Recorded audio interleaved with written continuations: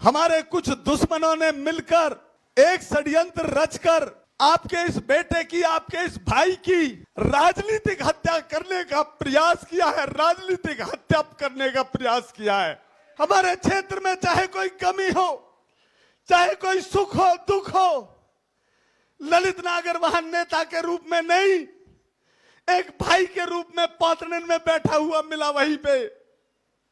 क्या आज मुझे उस चीज की सजा दी जा रही है? आज यहां हवन होना था, मेरा हवन होने से पहले रोक दिया गया।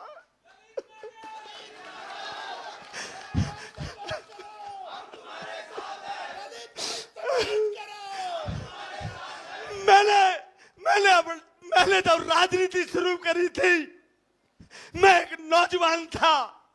पिछले 15 वर्ष के अंदर ना मैं कभी सत्ता में आया, ना मैंने कभी सत्ता देखी। मैं हमेशा विपक्ष की भूमिका निभाई और मैं बुढ़ापे के अंदर कदम भर दिया मैंने। क्या इसीलिए कि जब सरकार आती नजर आ रही है तब मेरा टिकट काट दिया गया? हमारे कुछ दुश्मनों ने मिलकर एक षड्यंत्र रचकर आपके इस बेटे की, आपके इस भाई की राजनीतिक हत्या करने का प्रयास किया है, राजनीतिक हत्या करने का प्रयास किया है।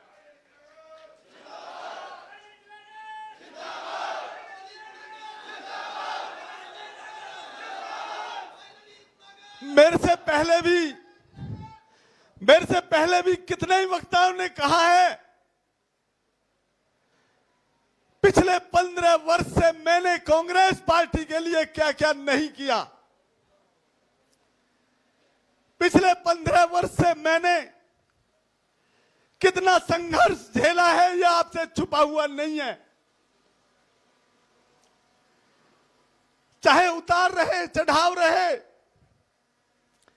चाहे गवर्नमेंट आई या गवर्नमेंट गई, चाहे कितना भी बुरा वक्त रहा कांग्रेस पार्टी का, मैंने हमेशा कांग्रेस पार्टी का साथ दिया। और आज कुछ षड्यंत्रकारियों ने मेरे पीछे, मेरे पीठ में छुरा घोंपने का काम किया है। जब पार्टी का बुरा समय चल रहा था तब भी मैं अकेला खड़ा रहा पूरे जिले के अंदर, और मैं संघर्षों से संघर्ष करता रहा और पार्टी को जीवित रखने का काम किया। साथियों, आपके सामने है, मेरा लोकसभा का भी पीछे टिकट काटा गया था, तब भी मैंने कहा कि नहीं, हम पार्टी के साथ रहेंगे। और नहीं तो उस समय कांग्रेस पार्टी को अच्छे अच्छे नेता अलविदा कहकर जा रहे थे और भारतीय जनता पार्टी से चुनाव लड़ रहे थे, लेकिन मैंने फिर भी अपने कदम नहीं पीछे हटाए। मैं फिर भी संघर्ष करता रहा। और आज पिछले, मैं कहता हूं, 15 वर्ष से इस क्षेत्र का कोई घर नहीं जिसकी चौखट पे मैंने माथा नहीं टेका हो।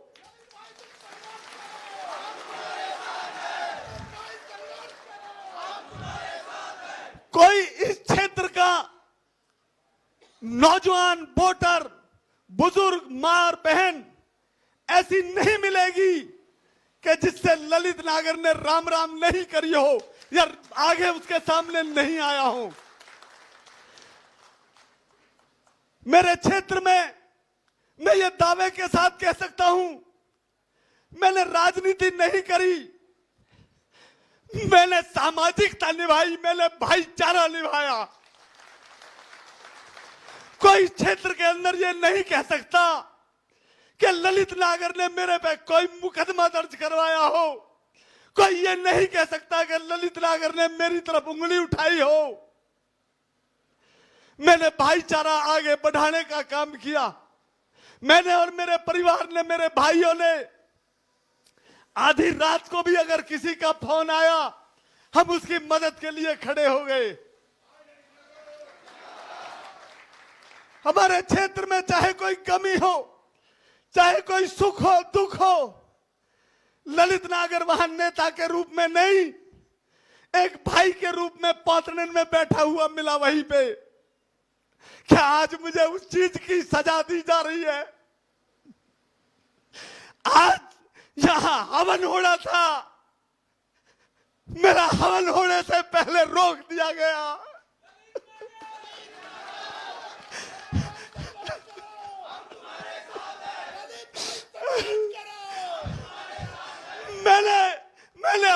मैंने जब राजनीति शुरू करी थी, मैं एक नौजवान था।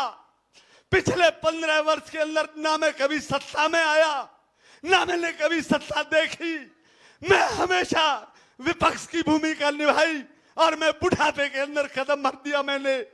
क्या इसीलिए कि जब सरकार आती नजर आ रही है तो मेरा टिकट काट दिया गया? इसलिए मैंने संघर्ष किया। आज मेरे हवन में जहां अग्नि जलनी थी, आज अग्नि बुझी पड़ी है यहां पर। क्या मैंने ये इसलिए लगाए थे?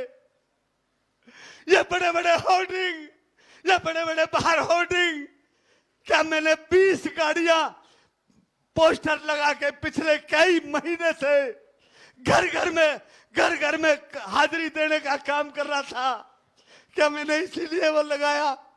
मैं मान लेता मेरी पार्टी ने अगर मेरे से कोई मजबूत कैंडिडेट को टिकट दे दी होती, लेकिन आज पैसे का खेल हुआ है और राजनीतिक मेरी हत्या करने का प्रयास किया है और ऐसे कैंडिडेट को टिकट देकर भेज दिया जिसको लोग नाम से नहीं जानते, गांव से नहीं जानते, जिसको शकल से नहीं जानते। क्या ऐसे ही लोगों को पार्टी टिकट देगी?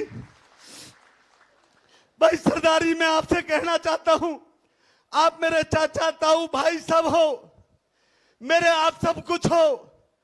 आज हमने ये पंचायत इसलिए बुलाई है, जो आपका डिसीजन होगा वो मेरे सिर माथे पर होगा।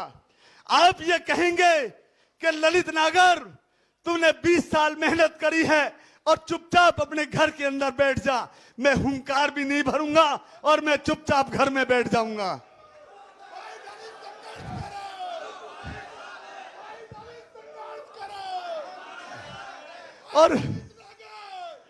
और आपका जो आदेश होगा वो मैं करूंगा। लेकिन ये सच है कि आज तो मैं इतना टूट चुका हूं, मैं इलेक्शन नहीं लड़ पाऊंगा। अगर इलेक्शन लड़ोगे तो आप इलेक्शन लड़ोगे, मैं नहीं लड़ पाऊंगा।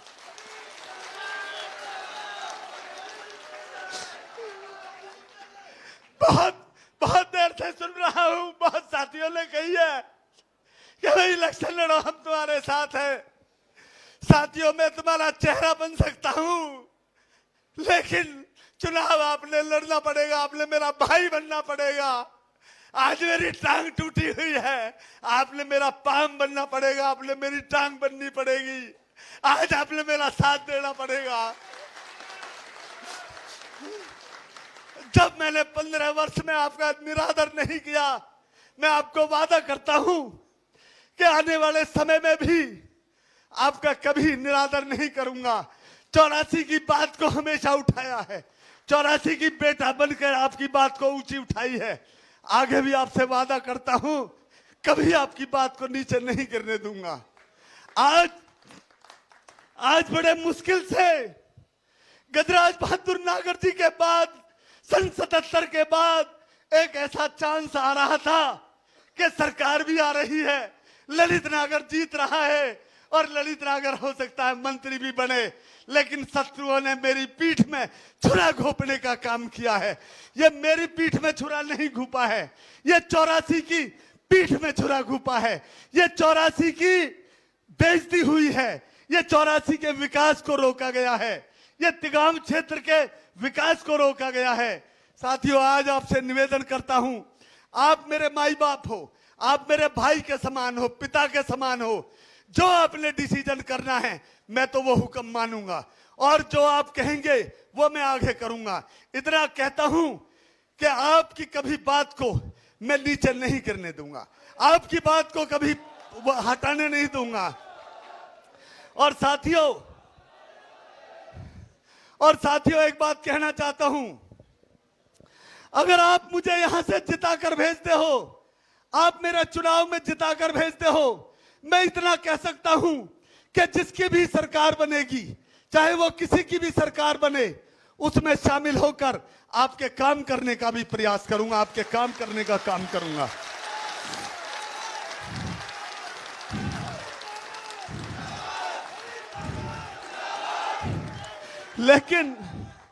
लेकिन फिर कहता हूं, जनता जनार्दन भगवान के समान है। टिकट देना एक आदमी का काम है, दो आदमियों का काम है। टिकट देने का मतलब जीतता नहीं कोई, टिकट मिलने से कोई हार बीते भी हैं। कितनी टिकट आती है और कितनी टिकट जाती है, लेकिन जनता जनार्दन भगवान जिस पे आशीर्वाद देता है वो जीतता भी है। आज आपसे यही निवेदन करता हूं,